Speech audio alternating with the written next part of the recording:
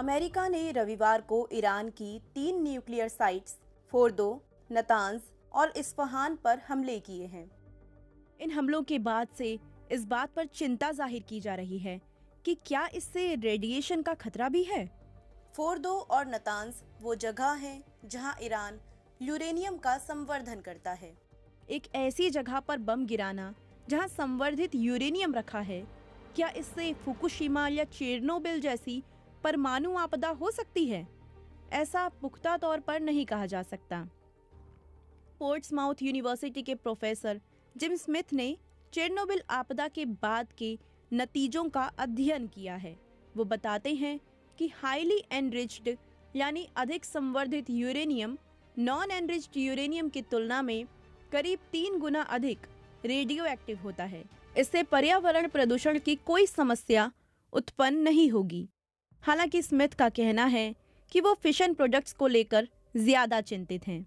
Uranium जब किसी reactor या बम में होता है, उससे निकलने वाली चीजों को ही फिशन प्रोडक्ट्स कहा जाता है।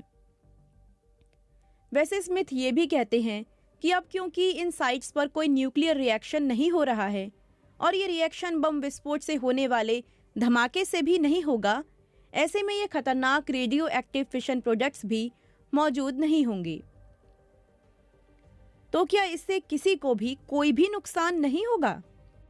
यूरेनियम रेडिएशन ज्यादा दूर तक नहीं जा सकता, तो ऐसे में स्थानीय लोगों को भी इससे दिक्कत नहीं होगी। हालांकि इन साइट्स के पास रहने वाले लोगों के लिए यूरेनियम पार्टिकल्स को सांस के जरिए अंदर लेने से लंबे समय तक रहने वाली स्वास्थ्य समस्याएं पैदा हो सकती हैं। इसके अलावा यूरेनियम संवर्धन में इस्तेमाल होने वाले कुछ पदार्थ रासायनिक रूप से भी खतरनाक हैं, लेकिन इनसे केवल पास के इलाके ही प्रभावित होंगे। यूएन की एजेंसी IAEA यानी इंटरनेशनल एटॉमिक एनर्जी एजेंसी ने जानकारी दी है कि ईरान की तीनों न्यूक्लियर साइट्स के पास के इलाकों में रेडिएशन का स्तर नहीं बढ़ा है। एजेंसी ने एक्स पर लिखा, ईरान की 3 न्यूक्लियर साइट्स जिनमें फोर्दो भी शामिल है, यहां हुए हमलों के बाद IAEA ने पुष्टि की है कि अभी तक वहां के आसपास के इलाकों में रेडिएशन बढ़ने की कोई खबर नहीं है। IAEA ने यह भी कहा है कि जैसे जैसे उन्हें और जानकारी मिलेगी, वो ईरान की स्थिति पर आगे की जानकारी देते रहेंगे। अब ये जान लेते हैं कि एनरिच्ड यूरेनियम यानी संवर्धित यूरेनियम आखिर होता क्या है। यूरेनियम प्राकृतिक रूप से पाया जाने वाला एक एलिमेंट होता है। अगर इसे रिफाइन, अपग्रेड या एनरिच्ड कर दिया जाए तो इसका इस्तेमाल न्यूक्लियर संबंधित कार्यों के लिए किया जा सकता है। इसके लिए सेंट्रीफ्यूज यानी सुपरसोनिक गति से घूमने वाली मशीनों के इस्तेमाल से यूरेनियम के खास किस्म के आइसोटोप U-235 की मात्रा को बढ़ाया जाता है। आम बोलचाल की भाषा में कहें तो यह एक तरह से यूरेनियम को अपग्रेड करना होता है। बिल्कुल वैसे ही जैसे कच्चा सोना शुद्ध किया जाता है, वैसे ही यूरेनियम को भी हथियारों में इस्तेमाल के लायक बनाने के लिए अपग्रेड किया जाता है। लो एनरिच्ड यूरेनियम यानी 3 से 5% U-235 तक समृद्ध यूरेनियम का इस्तेमाल कमर्शियल न्यूक्लियर पावर प्लांट्स के लिए ईंधन बनाने में किया जाता है।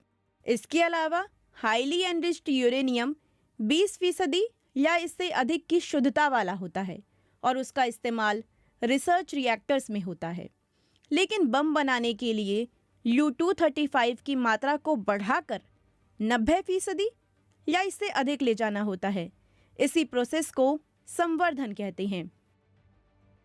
6 देशों चीन, फ्रांस, जर्मनी, रूस, अमेरिका और ब्रिटेन के साथ 2015 की न्यूक्लियर डील के तहत ईरान को केवल 3.67% शुद्धता तक यूरेनियम संवर्धन की अनुमति थी।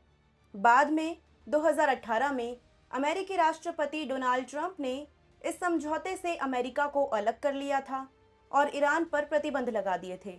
हालांकि बाद में ऐसी भी खबरें आईं कि ईरान ने 3.67% की बजाय यूरेनियम के अपने संवर्धन को और बढ़ा दिया है।